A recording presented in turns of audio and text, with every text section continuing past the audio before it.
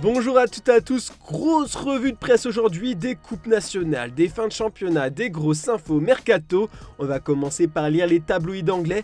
Un club est à la une dans tous les kiosques du pays, c'est Manchester City, bien évidemment. Les joueurs de Pep Guardiola ont battu leurs rivaux, les Red Devils, en finale de FA Cup, un succès 2-1. Et vous allez le voir, en titraille, il y a beaucoup de jeux de mots avec Gundogan. Il faut dire que le capitaine des Sky Blues était en grande forme hier après-midi, il a inscrit un doublé, et que dire du premier but. Comme le rapporte le Daily Express, il a marqué le but le plus rapide de l'histoire de la finale de la Coupe d'Angleterre, une superbe volée après 12 secondes de jeu, il ne fallait pas rater le coup d'envoi, il était tout simplement inarrêtable à Wembley pour le Daily Mirror. Avec son doublé, City se rapproche du triplé Coupe, Championnat, Ligue des Champions, comme s'en réjouit The Times. Le journal rapporte aussi les déclarations d'après-match de Pep Guardiola sur l'homme du match. Comme on a pu vous le rapporter à de nombreuses reprises, le FC Barcelone veut enrôler le milieu allemand, libre de tout contrat à la fin du mois, mais Guardiola a d'autres plans pour lui, voici ce qu'il a dit aux journalistes.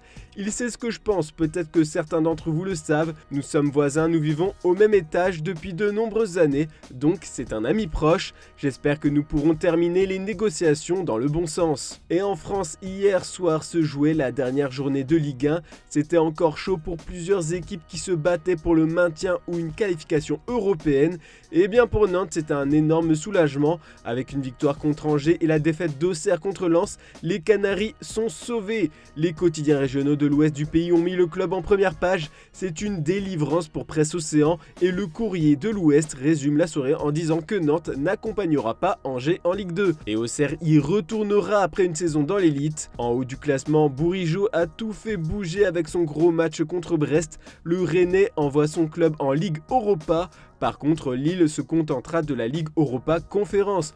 Enfin, le PSG a célébré son titre de champion de France malgré une défaite 3-2 contre Clermont. Il était temps de baisser le rideau pour le Parisien. Puis le club a officialisé peu de temps avant le match que Messi allait quitter le PSG. Il n'y a donc plus de suspense à part pour connaître son futur club. Comme indiqué dans notre dernière revue de presse et maintenant selon nos informations, Al Hilal est quasiment certain de boucler la signature du septuple Ballon d'Or contre un chèque de 1,2 milliard d'euros sur 2 saisons. Et Luis Campos compte réaliser un mercato XXL cet été. Avec de gros noms, le directeur sportif s'intéresse fortement à la situation de Dusan Vlahovic d'après AS. En effet, hier, la Gazzetta dello Sport a expliqué que la Juve allait lancer une vente aux enchères pour le serial buteur.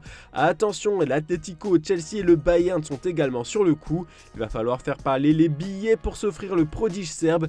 Chelsea serait prêt à inclure Lukaku dans le deal. Pour l'Atlético, ce serait Morata. Pour l'instant, les enchères débutent à 80 millions d'euros. Enfin, le PSG est passé à l'attaque pour Bernardo Silva selon nos informations. Et ça devient très sérieux.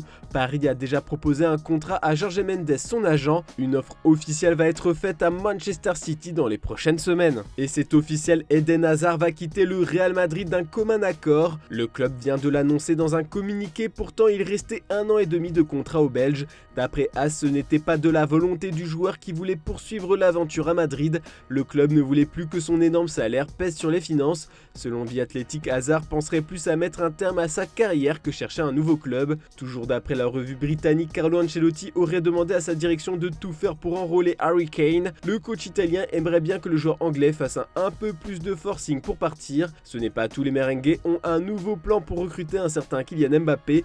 Florentino Pérez, président du Real, lui aurait mis un coup de pression d'après Marca. Les Madrilènes attendent qu'il signe son contrat dès janvier 2024. Mbappé devra donc s'engager par écrit avec les merengues dans un peu plus de 6 mois. S'il venait à refuser, les merengues ne tenteraient plus de l'attirer. Ils veulent être certains de l'enrôler dès janvier 2024 et éviter toute mauvaise surprise ou retournement de situation par la suite. Et c'est maintenant officiel, Karim Benzema va quitter le Real Madrid pour rejoindre le championnat saoudien. La formation a fait l'effet d'une bombe en début de semaine. L'Arabie Saoudite propose un contrat en or massif à Karim Benzema qui pourrait l'inciter à quitter le Real Madrid. Il a accepté l'offre comme nous le révélions et de facto demandé son départ de la Casablanca. C'est désormais confirmé par le club de la capitale espagnole ce matin. Le Real Madrid et notre capitaine Karim Benzema ont convenu de mettre fin à sa brillante et inoubliable période en tant que joueur de notre club. Le Real Madrid veut montrer sa gratitude et toute son l'affection à celui qui est déjà l'une des plus grandes légendes. C'est donc la fin d'une longue histoire de 14 ans. Bon, on part en Italie maintenant. Le Corriere dello Sport lâche une petite bombe ce matin sur le futur du Napoli. En effet, le sélectionneur italien Roberto Mancini pourrait faire partie des candidats au banc du club champion et arriverait après la Ligue des Nations. Le coach aurait été appelé par Aurelio De Laurentiis cette semaine et aurait été interloqué par sa demande, mais n'a pas refusé la proposition de poste. Puis c'est officiel et mis en avant par la Gazzetta dello Sport ce dimanche, Zlatan Ibrahimovic quitte l'AC Milan. Ce samedi, le club lombard a annoncé que l'attaquant quitterait la formation après le dernier match de la saison, dimanche contre l'Hellas Vérone. D'après nos informations, il pourrait rebondir à Monza. Un peu de mercato au Portugal, tous les journaux du pays sont certains que Manuel Ugarte, convoité par le PSG, se rapproche plus de Chelsea. Chelsea et le PSG ont tous les deux accepté de payer la clause libératoire de 60 millions d'euros du milieu de terrain, comme l'expliquent Record et Abola. Des informations que nous sommes en mesure de vous confirmer. Selon nos informations, la direction londonienne a augmenté son offre initiale et va surtout payer le mécanisme de solidarité en plus de la clause, une somme que doit reverser le club qui vend son joueur aux clubs qui ont participé à la formation et à l'éducation du joueur. Chelsea accepte donc de s'occuper de cette partie-là aussi. Pour le moment, le PSG ne veut pas s'aligner sur Chelsea et l'accord que le club parisien avait ne tient plus, car les Blues payent désormais plus. On va terminer cette revue de presse avec du football féminin. Après avoir gagné la Ligue des Champions en 2021, puis perdu en 2022 face à l'OL, le Barça version féminine retrouve son hégémonie sur le football féminin en remportant de nouveau la Ligue des Champions. Tous les journaux catalans célèbrent ce succès avec comme titre championne. Ce sont même des doubles championnes pour Mundo Deportivo car elles ont remporté le championnat. Pourtant ça commençait mal pour les catalanes car après la fin de la première période, ce sont les joueuses de Wolfsburg qui menaient au score. Les barcelonaises ont su revenir au score pour l'emporter 3-2. Enfin en Allemagne, buteur et passeur Christopher Nkunku a offert une deuxième coupe nationale au RB Leipzig face à l'Eintracht Francfort.